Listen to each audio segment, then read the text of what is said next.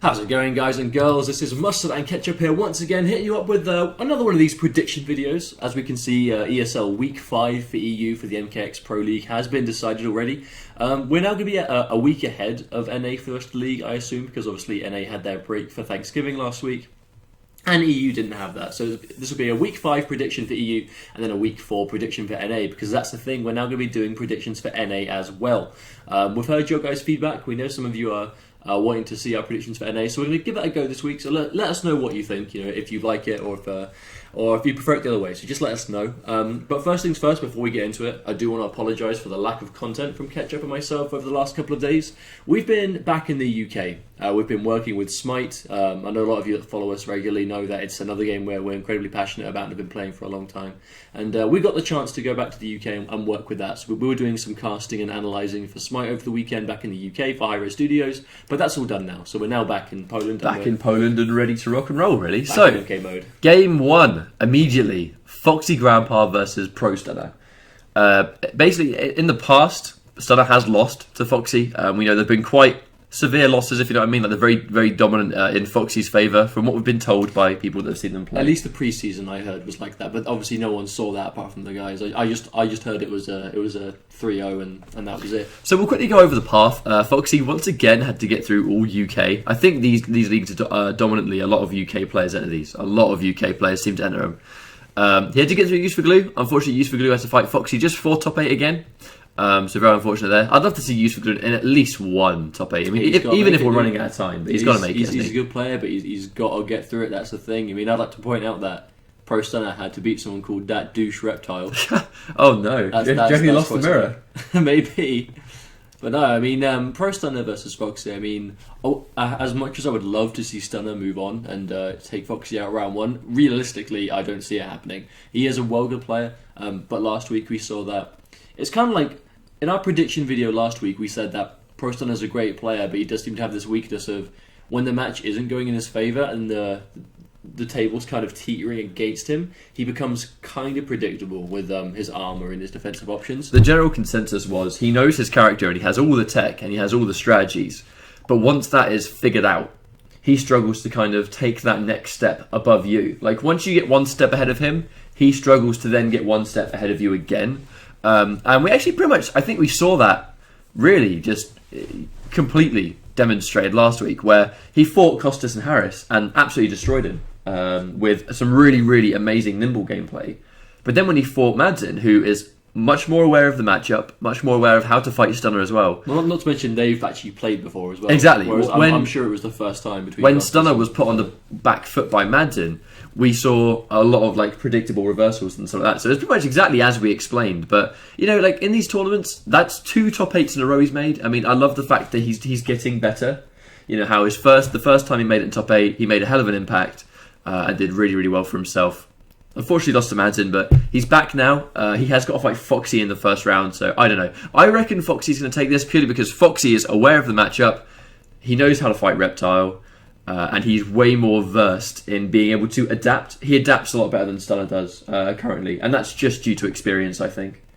But I mean, as much as I would love Stunner to win, Foxy does get my vote for the same reasons, really. But at the same time, Stunner's a great player. I'm sure we could potentially see an upset here, but it all depends on how they play and how we. Mosquito lost to Swift this week. That's pretty interesting. No, that's interesting. Well, it kind of goes back to what I said about players making top 8 in EU. For the most part, they have to beat killers to get there. I mean, it's good to see. It means the competition's there. But moving on to game 2, we can see we've got the Gab. I'm really excited for this. I'm really, really excited versus for this. Costas and Harris. So we can see Costas and Harris returning for a second top 8. I mean, again, the 2 brothers seem to be somewhat cursed in the respect that one of them will make top 8 and the other one will unfortunately lose as well. I mean, one thing, K-Top, the brother of Costas and Harris, normally goes out at top 16 if he goes out, but unfortunately went out round 1 this time.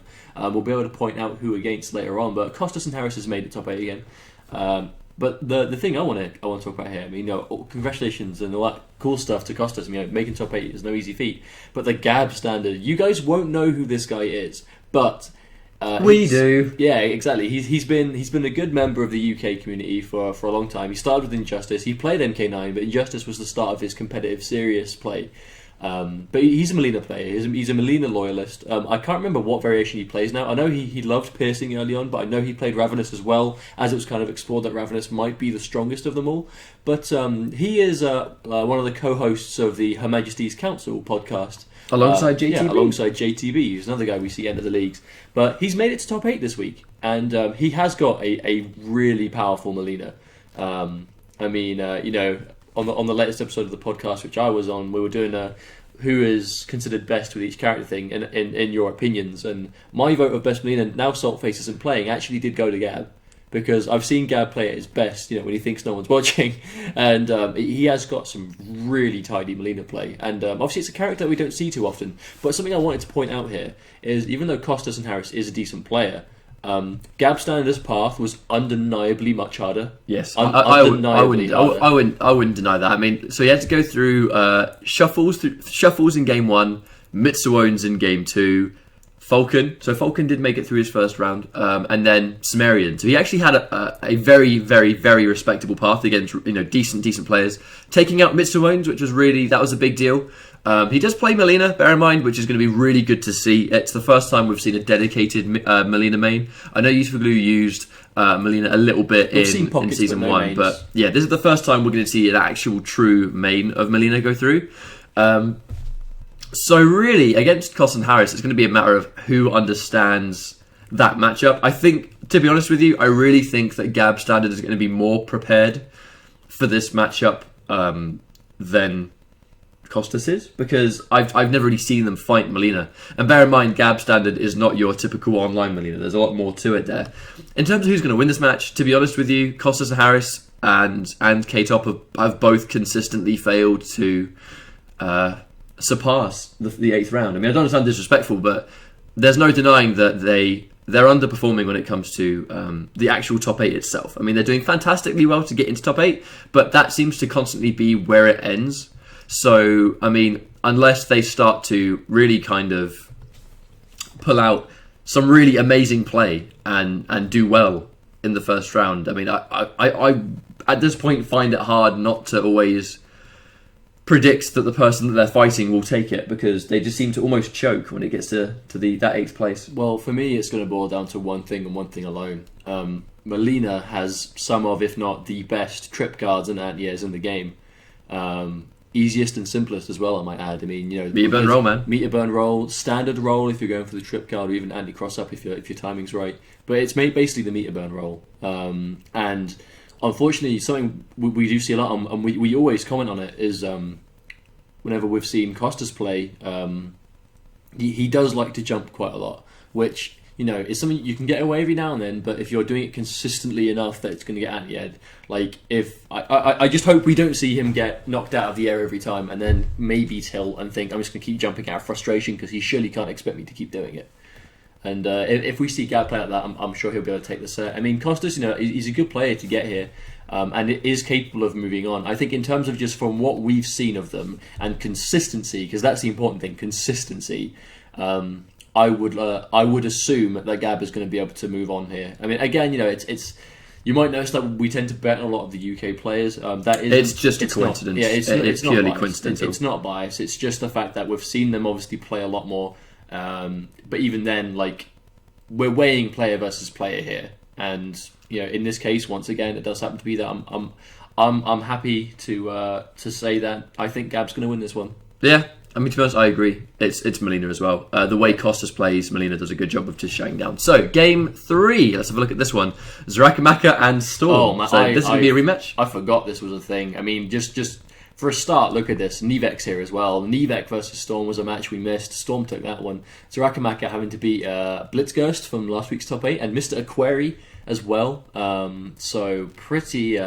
This is going to be a bit of a swinger match here. I'm looking forward to it. I mean, we've seen this match already. Obviously, again that thing that Kotaku shared, the set, was really entertaining. It's been a month since then. That's the thing. Exactly. That's enough time to adapt. I mean, I don't even think we need to explain and talk about this set that much, because we all know how it's going to go. It could be a wash. It depends. I mean, Takeda has a really hard time getting people off him pressure-wise. But that evidently didn't matter last time. Exactly. So it's more than likely to go down to the last game against these guys. They always give us a really good show anyway. I think Zarakamaka could potentially win. but Storm has got it in him to adapt. Storm's ability to actually adapt and do better is actually quite strong.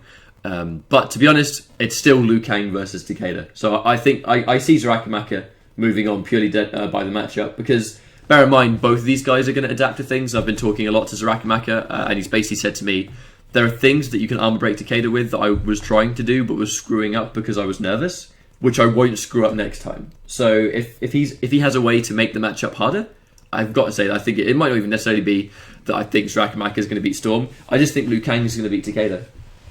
I'm actually on the opposite end of the coin for this one, for probably the first time in our prediction videos. But I think at this point, Storm's got a lot more to prove. The only time Zarakamaka has failed to make top 8 was the week he didn't enter.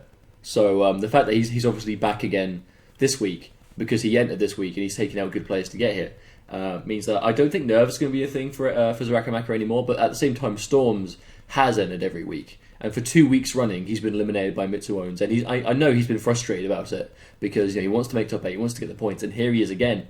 But obviously, he has the big win on Nivek, pushing him into this. And considering how close their set went down last time, not to mention we saw that Storm can clearly keep it together with that ridiculous comeback he made. He doesn't lose his cool. That's one of the things. Exactly. But I think that for that reason, my vote's actually going to go to Storm. I think it's going to be 3-2. I think it's going to be probably the closest of the first top 8 matches we see. But I actually do see Storm maybe creeping through this one.